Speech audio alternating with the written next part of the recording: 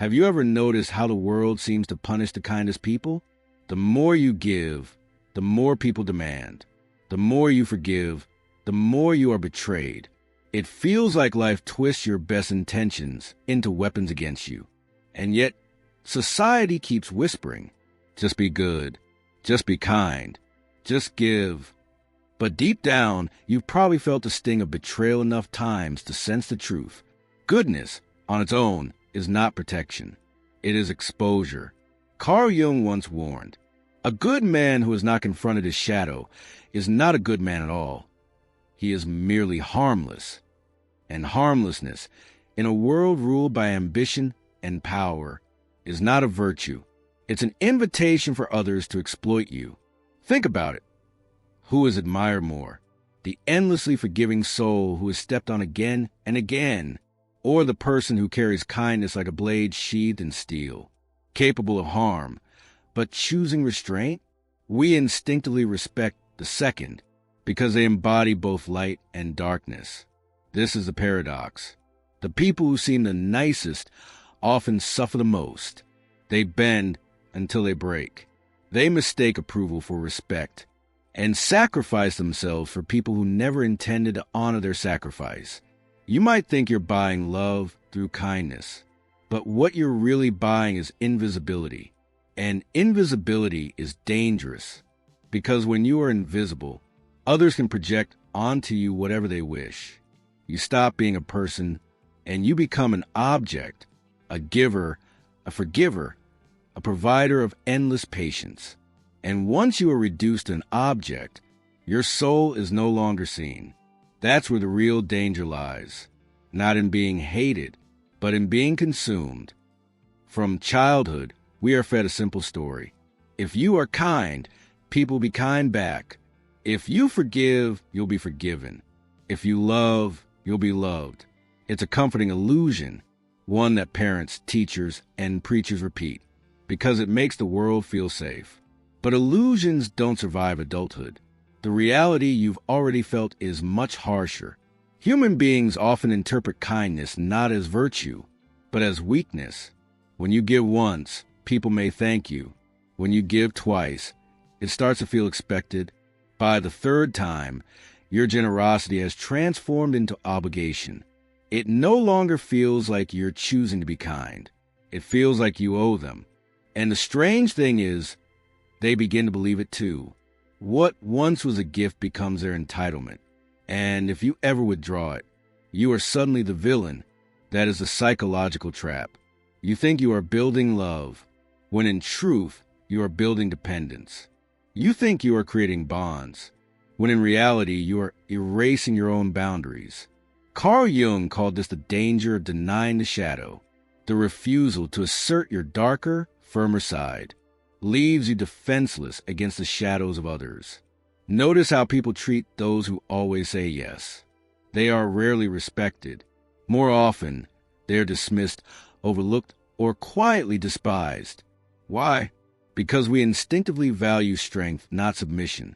Even if someone doesn't admit it, they sense that a person who never pushes back, who never risks conflict, cannot be trusted to hold power. And power, whether in love, work, or friendship, is the foundation of respect. So the trap is simple. In trying to be endlessly good, you train others to see you as endlessly weak.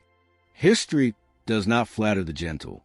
Again and again, it reminds us that kindness without power is fatal. Take Julius Caesar. He was adored by the Roman people, generous with gifts, pardoning his enemies, believing that mercy would buy loyalty. But what did that mercy create? Not gratitude, daggers. His generosity, seen by rivals as softness, marked him for betrayal. His death was not in spite of his kindness, but because of it. Or consider Richard II of England. He believed in forgiveness and trust, granting mercy to those who plotted against him. His goodness, his faith in others, cost him the throne. Overthrown and humiliated, he serves as a stark reminder. Leadership without boundaries is an invitation to be replaced by colder, more decisive men. Even mythology carries the same warning. Prometheus, moved by compassion for humanity, stole fire from the gods. His gift, though noble, condemned him to eternal torment. Shackled to a rock, his liver devoured daily, he was punished not for cruelty, but for kindness. In myths and in empires, mercy without might becomes tragedy. Carl Jung might say these figures were devoured by the very shadows they refused to integrate. They gave and forgave, believing light alone could sustain them, while ignoring the truth that human nature is never purely light. The unacknowledged darkness, envy, fear, ambition, consumes those who pretend it doesn't exist. Even in smaller, forgotten histories, the same cycle repeats. Teachers who were too nice lost their classrooms. Rulers who trusted too deeply lost their kingdoms. Lovers who forgave endlessly lost themselves. The lesson is not that kindness is wrong, but that kindness without power is a death sentence. Goodness may inspire songs, but only strength writes history. Think of the friend you forgave one too many times. They apologized, promised to change, maybe even cried. But before long, the same betrayal repeated itself. Your kindness didn't transform them. It only showed them you could be cross without consequence. Or the co-worker who keeps asking for favors. At first, you said yes because you wanted to help. By the fifth time, it wasn't even a question anymore. It was an expectation. The moment you hinted at saying no, their smile vanished. Suddenly, you were the problem. Or maybe it's more personal. A relationship where your silence became a shield. You thought keeping the peace was love, but what you really kept was resentment. Yours and theirs, because love without strength isn't respect. It's dependency. And dependency always turns sour. Carl Jung warned that the shadow we refuse to confront in ourselves will control us through others. When you deny your own power, your own capacity for conflict, you hand that power to the people around you. And trust me, they will use it. Not always with malice. Sometimes without even realizing it. But the result is the same. Your light becomes fuel for their shadow. Real respect doesn't come from being endlessly agreeable. It comes from balance. The willingness to be kind, paired with the strength to say no. The courage to forgive, but also the courage to cut someone off. The gentleness to love, but the darkness to protect your boundaries. People may like you for being nice, but they only respect you when they know you're capable of not being nice.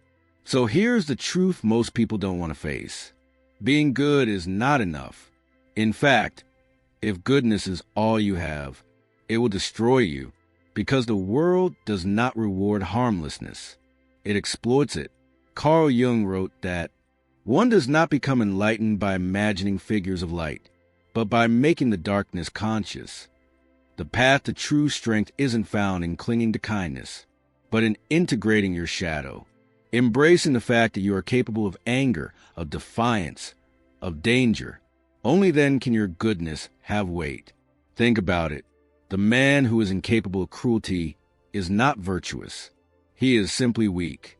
But the man who knows his capacity for cruelty, who feels the fire of his shadow within him, and yet chooses restraint, that is a man of character. That is a man people respect, because they know his kindness is not born from fear, but from choice. The same is true for you. If your goodness is rooted in a fear of conflict, it will collapse the moment pressure arrives. But if your goodness is fused with strength, with the ability to draw boundaries, to walk away, to say no, then your goodness becomes unshakable. The brutal truth is simple. It is not enough to be good. To survive in this world, you must be good and dangerous.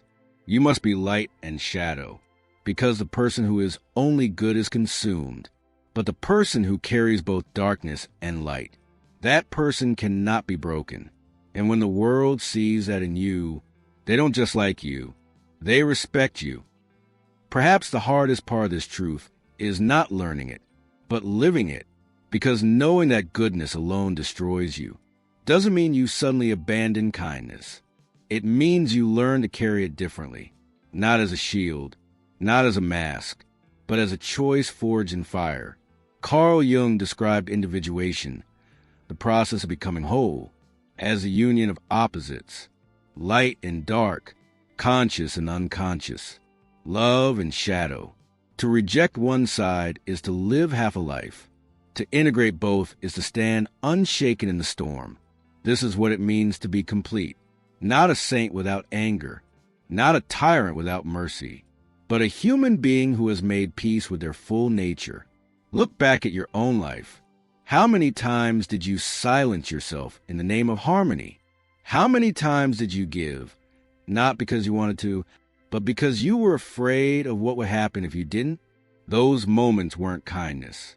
They were fear dressed as virtue, and fear disguised as kindness is the fastest road to resentment. The challenge is not to kill your goodness. It's to anchor it, to root it in strength, so that when you choose to forgive, it carries weight. So that when you love, it is not out of weakness, but out of power. In the end, the goal is not to stop being good. The goal is to become whole. Because only the person who has walked through their own darkness can shine a light that cannot be extinguished. And maybe that's the paradox Jung wants us to embrace. That true goodness is born not from denying the shadow, but from dancing with it. Thank you for watching.